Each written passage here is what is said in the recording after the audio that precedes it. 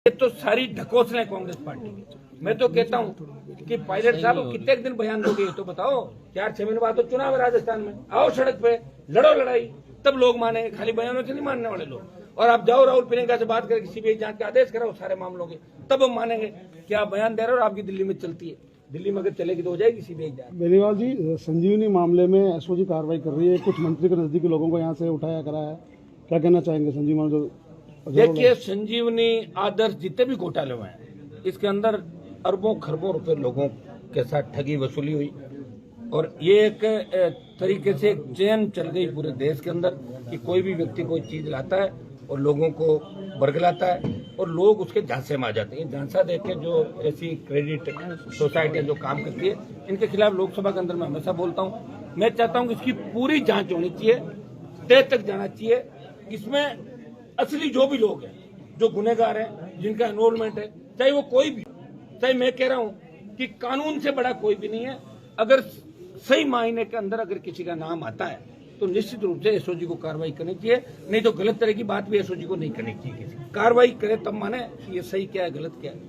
जिस तरीके से पायलट ने कहा है कि राजस्थान में इस बार क्या हो रहा है कि 5 बजे अगर कोई अधिकारी रिटायर होता है, रात को 12 बजे तक उसको नियुक्ति दी जाती है, कार्यकर्ताओं को इग्नोर किया जाता है, इससे कितना आप समझ ही नहीं रहे हो। मैं ये कह रहा हूँ पायलट कहते कहते 4.5 साल तो हो गई। पायलट को हमने देखा था मानेसर जब गए थे, मेरे 3 एमएलए सरकार गिराने में बीजेपी के साथ खड़े थे, वापिस आ गए थे। आए नहीं पायलट कहाँ आए थे वापिस, पहले ये बताओ। मानेसर से किधर गए, वापिस आ गए, अपने आदमियों को मंत्री बना लिया। मैं ये कहता हूँ छोड़ क्यों नहीं रहे कांग्रेस, किसका इंतजार कर रहे हैं? मैंने छोड़ी ना, मेरे पिताजी कौन से दिल्ली में मंत्री थे, मैं कौन सा दिल्ली से एक किसान का बेटा हूँ, अकेला लड़ाई लड़ रहा हूँ, मोदी से भी लड़ रहा हूँ, अमित शाह से लड़ रहा हूँ, गहलोत से लड़ रहा हूँ और वसुंधरा से लड़के उसको फ्री कर दिया। लड़ रहा हूँ ना प्रदेश में, आओ ना। मैंने कहा ना, बयान दिया, मैंने कहा आओ मिलकर लड़े राजस्थान के अंदर। कितने एक दिन वहां बैठ के अपने स्वाभिमान को इस तरह करोगे, कब जगोगे आप लोग बताओ। मेरा तो ये खाली बयानों से काम नहीं चलेगा, अब संघर्ष करना पड़ेगा सड़कों पर। राजस्थान की जनता जान चुकी है, नौजवान भी जानता है ये बयान किस लिए, ये बयान पॉलिटिकल है, ये लड़ाई का है या समझौते का, सारी बातें जानते हैं लोग। ये एक बार फिर पायलट और गहलोत आमने सामने हो गए, क्या आपको लगता है 8 तारीख पहले कुछ हो सकता है? देखिए, राष्ट्रीय लोकतांत्रिक पार्टी इस प्रदेश की चिंता कर रही है। पायलट को मुख्यमंत्री बनने की चिंता है और गहलोत को मुख्यमंत्री रहने की चिंता है और आरएलपी को प्रदेश के किसान और जवान की चिंता है। पेपर लीक के जो मामले हो रहे हैं लगातार बढ़ रहे, चाहे रीट का हो चाहे सेकंड ग्रेड का हो, राष्ट्रीय लोकतांत्रिक पार्टी ने मजबूती से प्रदर्शन किए। पहले दिन से लेके तमाम जिला मुख्यालयों पर, 2 दिन पहले जो जयपुर में ऐतिहासिक प्रदर्शन राष्ट्रीय लोकतांत्रिक पार्टी का रहा। पेपर लीक की सीबीआई जांच की मांग हमने करी। हमने कहा कि कुछ लोगों को एसओजी ने पकड़ा है। जब एसओजी की एडिशनल एसपी खुद ही पकड़ी गई तो एसओजी पे भी उंगली उठ गई। एसओजी सही काम नहीं करी। पहले भी एसओजी पर आरोप लगे, रीट के मामले में भी जाडोली जो बोर्ड का अध्यक्ष था, सुभाष गर्ग पर आरोप लगे। कांग्रेस पार्टी के जो था उसके ऊपर जहां से इकट्ठा करते थे, जो बना रहे चंदा करने की एक संस्था, उस पर आरोप लगे उस रीट के मामले में और उस मंत्री पर आरोप लगे। लेकिन रीट की सीबीआई जांच नहीं कराई। हर पेपर लीक हो रहा है। वसुंधरा के समय पेपर लीक तो ये परंपरा पड़ गई। पहले भी आरपीसी का चेयरमैन जेल गया था। मिलाजुली का खेल है। वसुंधरा गहलोत का जो गठबंधन लगातार राजस्थान के अंदर, उसकी वजह से व्यवस्था चरमरा गई। हम अपराध में 1 नंबर पे आ गए। लोगों के हौसले इतने बढ़ गए कि पेपर लीक करने को 1 मिनट समय तक एक जमानत हो जाएगी, कर लो पेपर लीक, क्या फर्क पड़ता। और कितने फर्जी लोग नौकरियों में घुस गए, ये जांच कौन कराएगा, कब जांच होगी? एक व्यक्ति अगर पेपर आउट करा के नकल करके अंदर घुस जाता है तो 40 साल तक वो सिस्टम को खोखला करता है। वो ईमानदारी से काम नहीं करता जो चोरी के माध्यम से पेपर की नकल करके जो नौकरी के अंदर आता है। ये सेकंड ग्रेड का जो पेपर लीक हुआ, इसके अंदर सीधे सीधे जो सुरेश ढाका है, वो अमित ढाका जो चीफ मिनिस्टर के यहाँ ओएसडी हुआ करता था, पंजाब कैडर का आईएएस, जो गृह मंत्रालय देखता था, वो सुरेश और अमित की उठबैठ थी। वो अपने आप को सुरेश अमित का भाई बताता था और 13 कांग्रेस के नेताओं के ट्विटर हैंडल ऑपरेट करता है सुरेश ढाका। उनके यहाँ बुलडोजर चलाए, लेकिन उनकी पूरी प्रॉपर्टी जब्त थोड़ी की, दिखाने के लिए बुलडोजर चला दिए, पीछे से स्टे दिला दिया दूसरी तरफ से। सरकार खुद नहीं चाहती। कल सीएम क्लीन चिट दे रहे थे मुख्यमंत्री जी, आपसे हम सीबीआई जांच की तो मांग कर रहे हैं और क्या करें। एक सेकंड ग्रेड की जांच सीबीआई से करा लो। अगर आप क्लीन चिट दे रहे हो और सीबीआई क्लीन चिट दे दे तो ठीक है। या आप कह दो सीबीआई पे आपको भरोसा नहीं मुख्यमंत्री को, जो देश की सबसे बड़ी जांच एजेंसी। हाँ, सीबीआई ईडी के छोटे मोटे दुरुपयोग होते हैं देश के अंदर, ये तो जिसकी सरकार है करती है। लेकिन ऐसे मामले में तो सीबीआई अगर किसी को मुलजिम बनाएगी तो उसको तो सारे सबूतों के आधार पर मुलजिम बनाएगी। तो हम चाहते हैं कि सेकंड ग्रेड के अंदर अमित ढाका, देवाराम, इनके ओएसडी, जिनकी देवाराम के रिश्तेदारों की जो कोचिंग संस्थान के अंदर भागीदारी है, उनके रिश्तेदार पार्टनर है, तो ये सारा सिस्टम जो इनके एमएलए मिनिस्टर जो दिख रहा है सारा सिस्टम, ये सीबीआई जांच के बिना स्टेट की एजेंसी उन पे हाथ नहीं डाल पाएगी। क्योंकि गहलोत के समय महेश जोशी हो, चाहे इनका मंत्री, चाहे नावा का महेंद्र हो, विदुड़ी, जोरीलाल मीणा, मलिंगा, जिस तरह नजदीकी लोगों ने बदमाशी करी राजस्थान के अंदर, सीएम ने एक एक करके बचाया और हमेशा स्टेटमेंट देते थे कि परिवार का, अगर परिवार में कोई पाप करता है तो उसमें विधायक का क्या लेना देना। मुख्यमंत्री की मजबूरी है, उनको सरकार बचानी है और पायलट को मुख्यमंत्री बनना है, इसलिए वो बयानबाजी कर रहे हैं।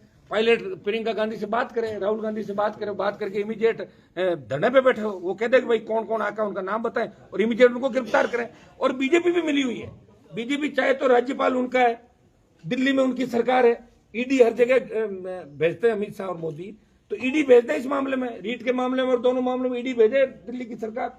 गवर्नर एक लाइन अगर लिख दे कि राजस्थान में कानून व्यवस्था चरमरा गई, 35 लाख जवान सड़कों पे, भरोसा उठ गया राजस्थान का, आरपीएससी का, माध्यमिक शिक्षा बोर्ड का और कर्मचारी चयन आयोग का। अगर गवर्नर एक लाइन लिख देगा तो सरकार ही भंग हो जाएगी। मैं कह रहा हूँ सीबीआई जांच कराना दिल्ली वालों का हाथ में, कराना नहीं चाहते। बीजेपी चाहती कि अशोक गहलोत चेहरा रहे ताकि उनको फायदा मिले, और सचिन पायलट चाहते हैं कि ऐसे बयान देके और मैं चीफ मिनिस्टर बनूं। जनता, आप सड़क पे आओ पायलट साहब, जिस तरह हम लड़ रहे हैं, आप छोड़ो कांग्रेस पार्टी के अंदर बैठे हो, बयान जरूर दे रहे हो 4 साल से, किया आपने, सरकार गिराने चले थे, वापिस आके बैठ गए आप। सब राजस्थान जानता है कि कौन लड़ रहा है सड़क पे। अगर सड़क पे से राजस्थान को बचाने का कोई काम कर रहा है तो राष्ट्रीय लोकतांत्रिक पार्टी कांग्रेस बीजेपी के खिलाफ मजबूती के साथ लड़ाई लड़ रही। चाहे अग्निपथ का मामला हो, देश की सरकार के खिलाफ, किसानों के तीनों बिलों, देश की सरकार के खिलाफ सत्ता छोड़ी और 20 साल से सत्ता छोड़ के सड़क पे कोई लड़ रहा है तो राष्ट्रीय लोकतांत्रिक पार्टी का जवान सड़क से लेकर, अभी विधानसभा का सत्र चलेगा, उसमें भी आप देखते हो जब प्रताप सिंह पे आरोप लगते हैं, आरएलपी बोलती है, बीजेपी हाथ मिला लेती है। महेश जोशी पे आरोप लगते हैं, बीजेपी के कई विधायक महेश जोशी के साथ काम करते हैं, इसके डिपार्टमेंट के बड़े ठेकेदार है, वो नहीं बोलते, आरएलपी बोलती है। अपराध होता है, गैंगवार होता है, भ्रष्टाचार के अंदर जब किसी का नाम आता है, राष्ट्रीय लोकतांत्रिक पार्टी मजबूती के साथ मुकाबला करती है। ये पॉलिटिकल बयानबाजियां, पायलट पॉलिटिकल बयानबाजी करके और ये बात करना चाहते हैं। पायलट को सारे विधायकों के साथ अगर ये कह रहे हैं कि सारा मामला है तो इनको एक दिन का धरना देना चाहिए राजधानी के लिए, मेरी उनसे मांग है।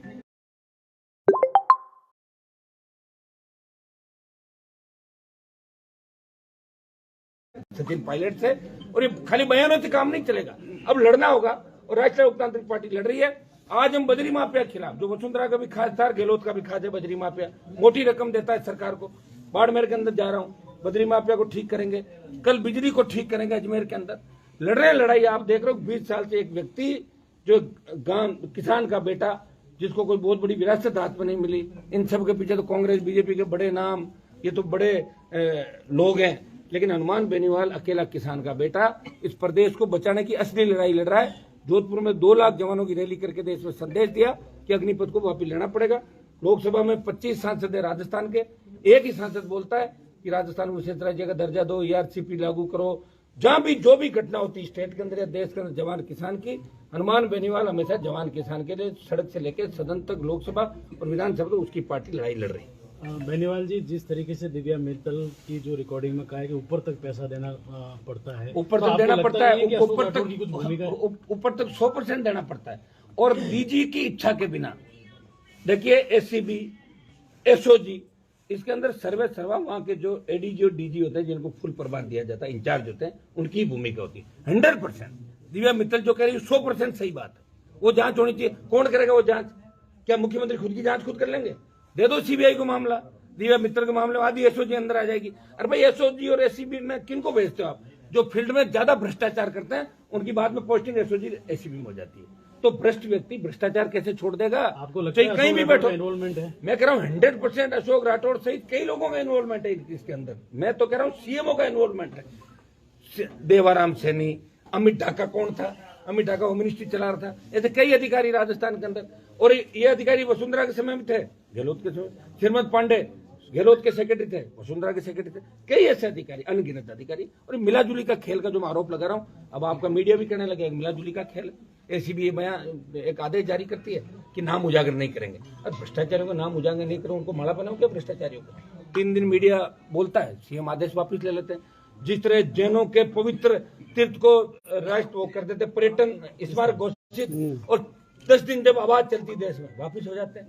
तो सरकारों की आदत पड़ गई थूकना और चाटना। देखते हैं जनता कितना क्या कर रही है। अब ये जो लड़ाई लड़ रही है इसलिए राजस्थान में, ये राष्ट्रीय लोकतांत्रिक पार्टी लड़ रही है, ये तो सारी ढकोसलें कांग्रेस पार्टी